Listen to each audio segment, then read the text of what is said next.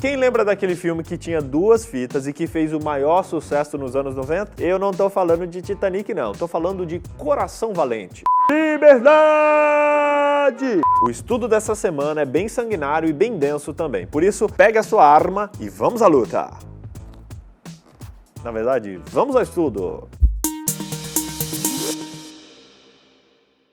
O capítulo 11 já começa com o anjo Gabriel explicando os 3 reinos poderosos que ainda se levantariam na Pérsia. Agora, pois, vou dar-lhe a conhecer a verdade. Outros 3 reis aparecerão na Pérsia. O texto ainda diz que eles seriam seguidos por um 4º rei, que seria o mais rico de todos e provocaria os gregos. E depois virá um 4º rei que será bem mais rico do que todos os outros. Quando ele tiver conquistado o poder com a sua riqueza, instigará todos contra o reino da Grécia. Esse 4º rei é chamado de Xerxes ou de Assuero, um rei muito poderoso que convocou um exército para invadir a Grécia, só que infelizmente ele perdeu, ou felizmente. O poderoso rei que se tornou um governador absoluto é Alexandre o Grande, como predito pela profecia. Quem conhece a história sabe que o reino dele, apesar de poderoso, não durou muito tempo não. Alexandre morreu com 32 anos de idade, sem nenhum herdeiro, e o reinado dele foi dividido entre os seus 4 generais. 2 desses generais são muito citados nas profecias da Bíblia e ficaram conhecidos como Rei do Norte e Rei do Sul. Rei do Norte é uma referência a Roma papal e não a uma localização geográfica, e sim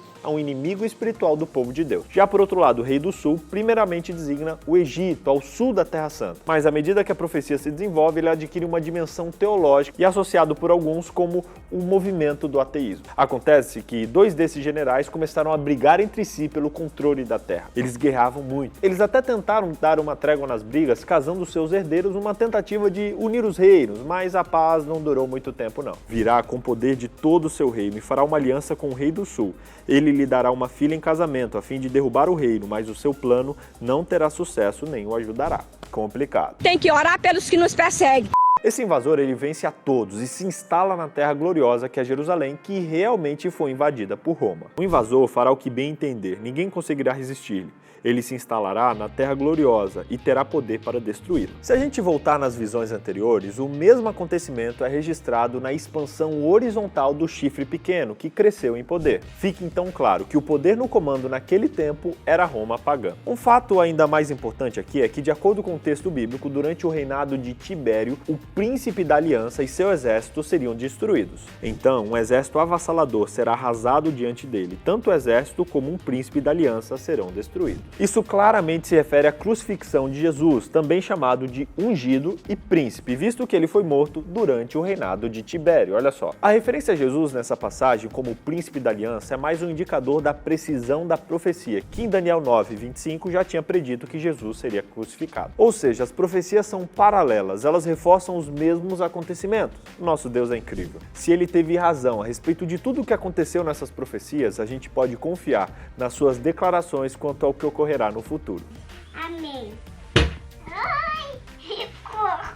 Daniel 11, 29 e 30 se refere a um novo sistema de poder. Embora esse sistema esteja em continuidade com o Império Romano pagão, ele era bem diferente. Esse tem poder e características religiosas e teve como foco acabar com o povo de Deus. A gente pode listar também 5 fatos em comum citados em Daniel 11 que relacionam ele com o significado de suas visões anteriores. Primeiro, ele se indignaria contra a Santa Aliança, a aliança de salvação que o rei é totalmente contra. Segundo, esse rei produziria forças que profanariam o santuário e tirariam o sacrifício diário. Fato que a gente já viu lá em Daniel 8, que o chifre pequeno derrubou o fundamento do santuário de Deus e tirou o sacrifício diário. Isso deve ser entendido como um ataque espiritual contra o ministério de Cristo no santuário celestial. Em terceiro lugar, como consequência do seu ataque ao santuário, esse poder estabelece uma abominação dominadora sobre o templo de Deus. A expressão paralela transgressão assoladora aponta para os atos de apostasia e rebelião cometidos pelo chifre pequeno lá em Daniel 8, verso 13. E em quarto lugar, esse poder persegue o povo de Deus. Isso nos lembra do chifre pequeno que lançou por terra uma parte do exército e das estrelas do céu e os pisou. Compara lá com Daniel 7 que você vai ver. Em quinto lugar, esse rei se levantaria e se engrandeceria sobre todo Deus. Contra Deus e contra os deuses, ele faria coisas incríveis. Foi previsto também que o chifre pequeno falaria com insolência, até mesmo contra Deus. Daniel 11 termina com a derrota do rei do norte. No tempo do fim, o rei do sul se envolverá em combate e o rei do norte o atacará com carros e cavaleiros e uma grande frota de navios. Ele invadirá muitos países e avançará por eles com uma inundação. A expressão tempo do fim aparece apenas em Daniel, no capítulo 8, 11 e 12. O exame das profecias de Daniel indica que o tempo do fim se estende desde a queda do papado em 1798 até a ressurreição dos mortos, o que vai acontecer no final com a vinda de Jesus. E por fim nós lemos: amarrará suas tendas reais entre os mares no belo Monte Santo. No entanto, ele chegará ao seu fim e ninguém o socorrerá. Nos tempos antigos, esse belo monte se referia ao Monte Sião. Só que depois da morte de Jesus na cruz, o Monte Santo deve ser a designação simbólica do povo de Deus espalhado pelo mundo. E a profecia mostra que esse reino do mal finalmente vai acabar. Amém? Resumindo, primeiro, o rei do sul ataca o rei do norte. A Revolução Francesa ela tentou erradicar a religião e derrotar o papado, só que falhou nesse ponto. Segundo, o rei do norte ataca e derrota o rei do sul. As forças da religião, lideradas pelo papado e seus aliados, acabaram vencendo as forças do ateísmo e formaram uma coalizão com o inimigo derrotado. Terceiro, Edom, Moabe e o notável povo de Amon escaparam.